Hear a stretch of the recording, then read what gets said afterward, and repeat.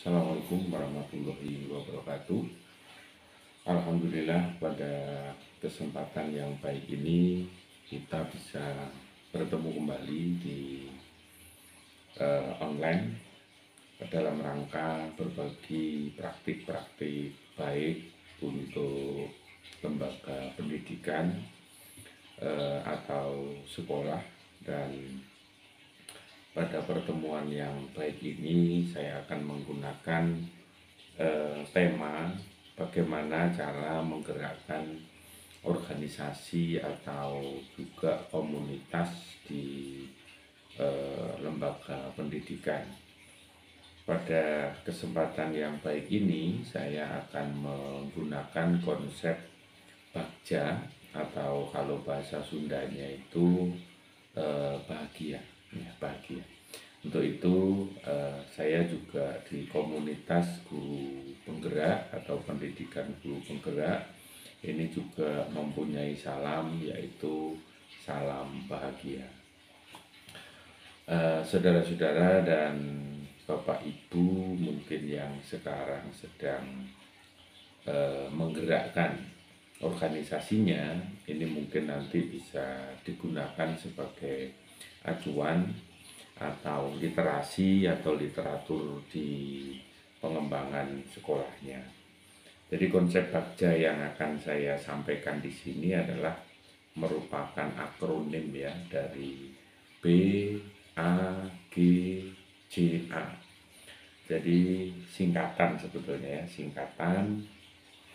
Tapi dari 5 langkah utama ini nanti kita bisa gunakan sebagai sebuah proses inquiry apresiatif, dan ini biasanya digunakan di dalam proses pendidikan inklusif atau putra-putri kita yang berkebutuhan khusus ya, berkebutuhan khusus. Nah, inquiry apresiatif ini merupakan sebuah pendekatan kolaborasi atau kolaboratif untuk mengetahui kekuatan, baik itu sumber daya atau biasa kita sebut juga dengan selain sumber daya sarananya, itu kita sebut dengan ekosistem, yaitu keseluruhan stakeholder ya.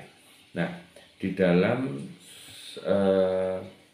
inquiry apresiatif ini dengan pendekatan yang kolaboratif, kita juga dalam suasananya nanti dalam mengembangkan sebuah organisasi, menggerakkan komunitasnya itu dengan hal-hal yang suasananya positif atau menyenangkan, dan juga dari ekosistem komunitas atau organisasi ini diharapkan juga selalu apresiasi atau apresiatif dalam melakukan perubahan-perubahan yang berbasis kekuatan. Nah, dari perubahan-perubahan yang diharapkan nanti 5 tahapan dari konsep akronim bagja BAGJA ini kita bisa memaparkan atau menjabarkan menjadi 5 tadi, 5 ya.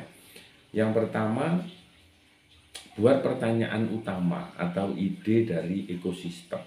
Jadi ide-ide dari ekosistem itu dibuat sebuah narasi kalimat, sebuah pertanyaan sebagai penentu arah. Nah, penentu arah ini digunakan untuk menelusuri terkait perubahan-perubahan yang kita inginkan. Atau biasa kalau nanti sudah dibukukan, dari pertanyaan-pertanyaan itu akan menjadi visi dari sebuah organisasi atau sebuah komunitas.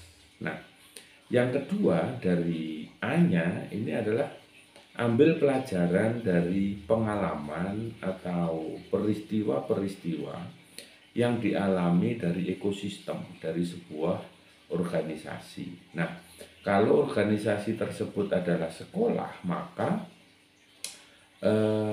pengalaman atau peristiwa yang kita gali itu adalah dari siswa, dari guru, dari kepala sekolah, dari orang tua, dari dunia usaha maupun dunia industri atau rekanan, eh, ini untuk menyusun suatu ide atau gagasan yang kita wujudkan dengan sebuah kalimat pertanyaan. Nah, dari kalimat atau pertanyaan tadi, pertanyaan yang utama, entah itu satu atau sampai 5, itu kita sepakati dan kita mengakomodasi dari berbagai unsur, ya.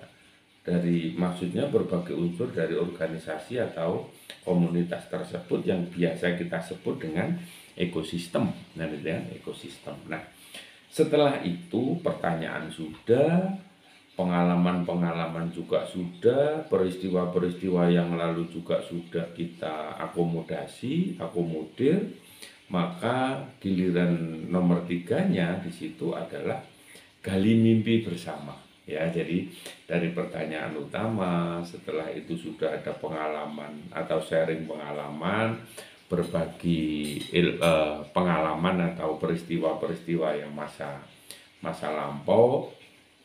Setelah itu kita mimpi bersama. Nah, dari mimpi bersama ini adalah membuka kesempatan dari ekosistem untuk berkolaborasi secara demokratis. Jadi dari pengalaman A, B, C, D ini kita kolaborasikan dan kita sepakati lagi nanti, selain dibuat ide atau pertanyaan tadi, setelah dipelajari dari pengalaman, dari peristiwa, nanti kita fokuskan kepada pengalaman-pengalaman yang sesuai dengan perkembangan zaman atau perkembangan kebutuhan dari organisasi yang kita namakan dengan gali mimpi bersama. Nah, setelah gali mimpi bersama, maka kita J-nya kita jabarkan. Kita jabarkan dalam sebuah rencana atau program kerja, gambaran goal yang akan dicapai atau yang diinginkan nanti seperti apa. Nah, misalkan kalau di sebuah sekolah itu kan ada rencana anggaran kerja sekolah atau RKS, ya, rencana kerja sekolah, atau biasa disebut juga dengan program kerja, ya. Dan kalau di sebuah lembaga pendidikan itu biasanya di dalam program kerja itu ada penyusunan kurikulum atau sinkronisasi kurikulum. Nah, dari situlah maka dari ide atau pertanyaan-pertanyaan dari ekosistem tadi, pengalaman atau peristiwa dari ekosistem, gali mimpi bersama, akhirnya jadilah itu sebuah program kerja atau RKS atau sinkronisasi kurikulum dan macam-macam namanya. Baru nanti yang kelima, hanya ini adalah atur eksekusi. Jadi eksekusinya ini juga harus diatur. Ngaturnya mulai dari mana? Ya karena ini proses menggerakkan atau menumbuhkan dan juga memajukan. Maka yang kita ambil dan kenali adalah kekuatannya. Ya, kekuatan yang ada sebagai dasar atau tumpuan dalam melakukan perubahan-perubahan yang positif, gitu ya. Nah, mungkin saya akan memberikan beberapa contoh dari kelima langkah tadi. Mungkin yang pertama adalah membuat pertanyaan utama atau ide dari ekosistem tadi. Bagaimana cara meningkatkan pencapaian peserta didik di dalam setiap kelas atau setiap tingkatan. Kalau kelas 1 SD sampai kelas 6 itu kan akan berbeda dengan kelas 7 sampai 9, ini tingkatan sekolah menengah atau SMP, dan bahkan juga nanti di SMA itu ada kelas 10, 11, 12, bahkan ada SMK yang 4 tahun sehingga menjadi kelas 13. Nah, ini bagaimana cara meningkatkannya? Nah, setelah itu ada lagi pertanyaan dari ekosistem, misalnya bagaimana membiasakan penumbuhan karakter baik di lingkungan sekolah atau di organisasi. Bahkan yang sekarang adalah menumbuhkan karakter profil pembelajar Pancasila. Salah satu contoh misalkan bagaimana menumbuhkan karakter kebiasaan religius, berdoa, sholat berjamaah, kan itu kan. Jadi ini bagaimana cara membiasakannya. Jadi ini mungkin dimulai dari diri sendiri, dimulai dengan rencana, memberi contoh, habituasi, dan lain sebagainya. Nah, ada juga misalkan contoh bagaimana meningkatkan keterlibatan siswa dengan cara dan ragam yang berbeda. Karena kita tahu bahwa di dalam pendidikan inklusi jumlah siswanya 5, ini kan dari 5 ini adalah memiliki karakter yang berbeda, memiliki kelebihan yang berbeda. Nah, inilah yang kita tumbuhkan dan kita bangun. Nah, untuk itu di dalam komunitas atau organisasi kita juga harus sadar bahwa di dalam meningkatkan atau melakukan perubahan itu juga harus fokus dasarnya pada ragam yang berbeda tadi atau kompetensi dari komunitas ekosistem yang kita gerakkan ini. Kita harus sadar bahwa banyak hal yang berbeda. Nah, baru dari ragam pertanyaan tadi akhirnya kita berbagi, sharing pengalaman, ya, sharing pengalaman, terus sharing peristiwa-peristiwa masa lalu yang pernah kita lalui. Langkah ini kita dapat lakukan setelah pertanyaan utama disepakati, visi atau target goalnya kita sepakati. Bagian inilah nanti yang akan menuntun, ya, menuntun ekosistem atau komunitas di dalam mengambil pelajaran dan pengalaman individu dari ekosistem atau kelompok, baik dalam unsur yang berbeda maupun yang sama. Mungkin lingkungannya yang sama, atau latar belakangnya yang sama, atau latar belakang yang berbeda lah. Disinilah nanti istilahnya mengambil pelajaran dari peristiwa-peristiwa masa lalu. Nah, setelah itu sudah kita lalui, maka kita tahap selanjutnya adalah menggali mimpi bersama. Dari ide, gagasan, atau pertanyaan-pertanyaan tadi yang sudah kita sepakati, kita juga sharing tentang pengalaman kita, peristiwa-peristiwa masa lalu yang sesuaikan dengan perkembangan zaman. Maka kita harus melakukan gali mimpi bersama. Dari sebuah ekosistem ini mempunyai mimpi yang sama. Kenapa bisa sama? Ya karena yang nomor satu tadi membuat suatu pertanyaan-pertanyaan, capaian-capaian, goal yang sudah kita sepakati bersama. Contohnya begini, kita kan harus menggunakan panduan, dalam artian di dalam menggali mimpi. Seperti apa orang-orang yang terlibat, ya, terlibat di dalam perubahan atau rencana perubahan ini, menunjukkan langkah-langkah kecilnya. Ya, langkah-langkah kecilnya ini dimulai dari dirinya sendiri di dalam bertindak, berpikir, dan juga merasakan apa yang harus dilakukan, gitu ya. Jadi inilah menggali mimpi bersama.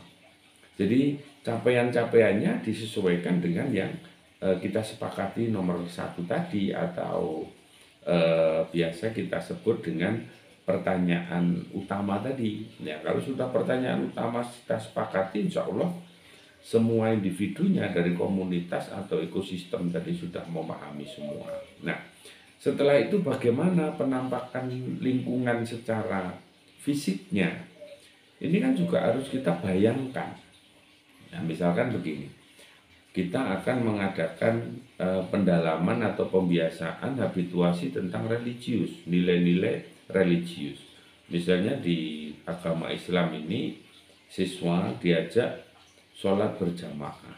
Nah, di dalam sholat berjamaah kita juga harus membayangkan nanti lingkungan fisik di saat sholat jamaah ini seperti apa, siswanya jumlahnya berapa, softnya berapa, ukuran musola atau masjidnya berapa. Kita membayangkan ke sana. Nanti wudhu barengnya seperti apa, sandalnya atau sepatunya diletakkan di mana. Nah, ini kan bayangan-bayangan. Nah, setelah itu ada lagi gali mimpi kita bersama. Apakah kebiasaan-kebiasaan baru yang kita bayangkan ini bisa terjadi? Nah, ini kan juga kaitannya dengan sumber daya. Baik itu sumber daya manusianya maupun sumber daya dari lingkungannya atau sarananya. Kalau dalam mimpi kita itu tidak mungkin, ya bagaimana bisa ini atau bisa mungkin, kan itu kan bisa mungkin dilaksanakan, maksud saya kan gitu. Nah, setelah itu baru kita mengarah kepada sumber daya yang kita bayangkan itu akan tersedia supaya mimpi kita ini mungkin kita wujudkan. Jadi kalau tempat wudhunya hanya 20 keran ya, 20 keran kita hitung. Nah, setelah itu berarti kan rombongan untuk sholat jamaah ini harus diberi jeda waktu untuk wudhu sekian menit dan itu kan. Jadi supaya apa? Anak santai, anak gembira, kita juga tidak sepaneng selaku pengelolanya atau guru-gurunya, gitu ya. Jadi sumber daya harus diukur juga dari mimpi-mimpi atau bayangan-bayangan kita. Nah, setelah mimpi dan bayangan kita ini sudah terurai, ya mungkin nanti ditulis lah ya mimpi-mimpi kita, baru kita jabarkan dalam sebuah rencana atau program kerja untuk mencapai gambaran atau mimpi yang diinginkan. Nah, salah satu contohnya begini. Dalam program kerja itu kan kita jabarkan siapa yang akan melaksanakan. Nah, itu yang pertama, siapa? Penanggung jawab mungkin dengan timnya kan itu. Yang kedua, apa yang dilakukan dari siapa tadi?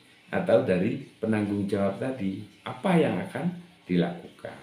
Terus bagaimana cara melakukannya. Setelah bagaimana melakukannya, kapan mulainya, kapan akhir dari kegiatan tadi. Nah, baru nanti kita ukur, kita evaluasi, kan gitu. Nah, ada juga pertanyaan, setelah apa yang akan dilakukan, bagaimana akan dilakukan, kapan dilakukan, kan pasti tadi sudah saya sampaikan bagaimana mengukur kemajuannya, bagaimana mengukur progresnya, ya, bagaimana melanjutkan langkah-langkahnya, tindak lanjutnya dari sebuah perubahan. Jadi ini juga harus kita jabarkan di dalam program kerja atau rencana kerja. Nah, baru yang ketiga nanti bagaimana agar setiap orang dalam ekosistem atau komunitas dalam sebuah organisasi, kalau di sini sekolah, ini dapat secara informal itu melakukan improvisasi atau melakukan gerakan sendiri dan berkontribusi membantu terwujudnya perubahan tadi. Jadi setiap individu secara informal, bukan formal ya, di luar kegiatan ini melakukan improvisasi dan kontribusi untuk organisasi atau komunitas ini mewujudkan perubahan-perubahannya, meskipun itu dengan perubahan atau langkah-langkah kecil ya, langkah-langkah kecil, namun itu sudah mendukung pencapaian ke perubahan yang diinginkan. Jadi dari langkah-langkah kecil setiap individu, ide-idenya langkah atau sudah dilakukan, maka nanti pasti akan ada langkah yang besar. Biasanya itu disebut dengan inovasi. Nah, di dalam inovasi itu juga nanti akan muncul suatu terobosan baru, keberanian dari sebuah komunitas, lembaga atau organisasi untuk memperbesar terwujudnya perubahan yang diinginkan oleh ekosistem secara bersama.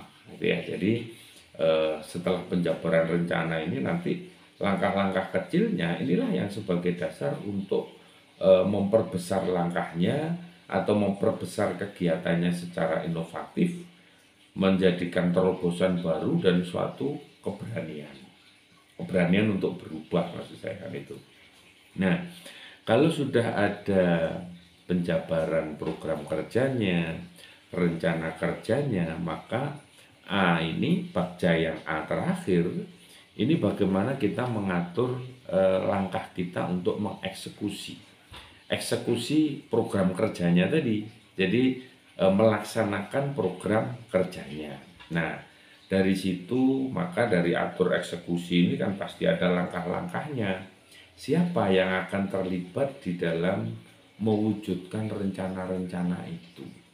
Jadi sebuah ekosistemnya nanti nggak mungkin ini berjalan semuanya. Tadi kan sudah ada siapa penanggung jawabnya, siapa yang akan melakukan ini dan itu, kan itu kan. Inilah yang dinamakan siapa yang akan terlibat di dalam mewujudkan rencana yang besar ini. Baru yang kedua, bagaimana mereka mengkomunikasikan dan melaporkan progres atau kemajuan-kemajuan. Nah, di dalam melaporkan pun ini kan juga ada siapa yang harus dilapori atau kepada siapa melaporkannya.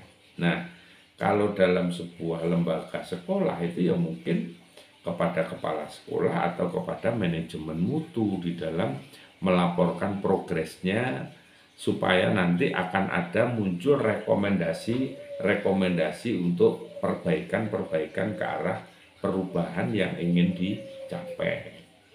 Tetapi itu yang dinamakan ada start dan ada finish.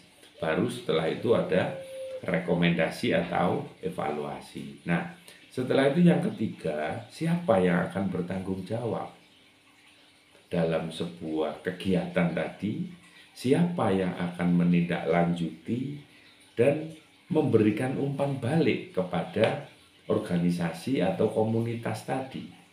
Dari suatu komunitas membuat suatu progres laporan, ini adalah yang bertanggung jawab. Setelah itu siapa yang harus menindaklanjuti dari laporan, siapa yang memberikan rekomendasi atau umpan balik. Ini juga harus kita tentukan di dalam mengeksekusi sebuah program kerja. Baru siapa nanti yang terakhir akan memonitor dan mengevaluasi dengan batas-batas tertentu. Misalnya kita tetapkan 2 bulanan, 3 bulan, 4 bulan, atau bahkan 1 semester. Jangan 1 tahun, kalau 1 tahun terlalu lama. Dan untuk actionnya nanti kan tidak ada perubahan-perubahan yang signifikan, gitu ya. Jadi ini untuk mengatur langkah program kerjanya. Nah, dari langkah konkret Bagja tadi, ya, Bagja tadi yang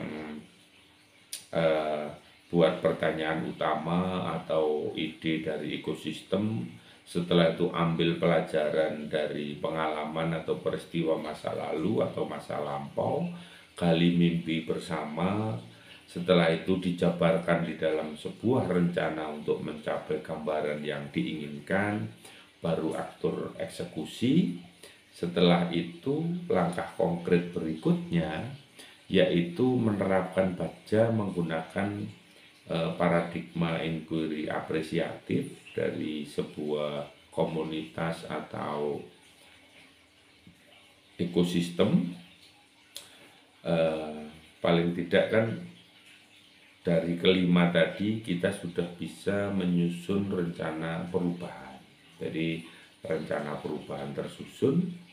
Setelah itu kekuatan kita apa juga sudah kita pahami di sebuah organisasi atau sebuah institusi sebagai dasar untuk melakukan perubahan-perubahan yang positif. Dan setelah itu mengevaluasi hal-hal yang positif yang ada di organisasi atau institusi atau komunitas tadi. Setelah itu kita juga sudah dapat melakukan kolaborasi dengan stakeholder atau ekosistem, termasuk juga jajaran profesi yang sama atau rekan sejawat kita, dan juga dukungan dan motivasi dari seluruh ekosistem atau stakeholder. Dan yang tidak boleh ditinggalkan adalah pendekatan-pendekatan psikologis secara positif untuk mencapai perubahan-perubahan yang diinginkan. Nah, dari semua langkah itu yang kita susun, kita harus mengupayakan agar kelemahan suatu sistem atau organisasi dalam organisasi ini menjadi tidak relevan, karena semua aspek dalam organisasi fokus pada penyelarasan kekuatan, ya, kekuatan yang kita jadikan dasar dengan suatu tujuan, yaitu tadi mengatasi kelemahan atau kekurangan dalam organisasi. Mungkin itu yang bisa saya sharingkan, praktik-praktik baik dalam mengembangkan sebuah lembaga, menggerakkan sebuah organisasi, menggerakkan sebuah komunitas untuk mencapai tujuan-tujuan bersama yang diinginkan dari sebuah ekosistem, khususnya yang ada di sebuah lembaga pendidikan. Dan tadi ada sesuatu konsep yang mungkin konsep Bagja ini adalah yang digunakan juga di dalam pendidikan inklusif atau pendidikan anak-anak kita yang berkebutuhan khusus. Semoga ada guna dan manfaatnya. Kurang lebihnya saya mohon maaf. Assalamualaikum warahmatullahi wabarakatuh. Salam bahagia.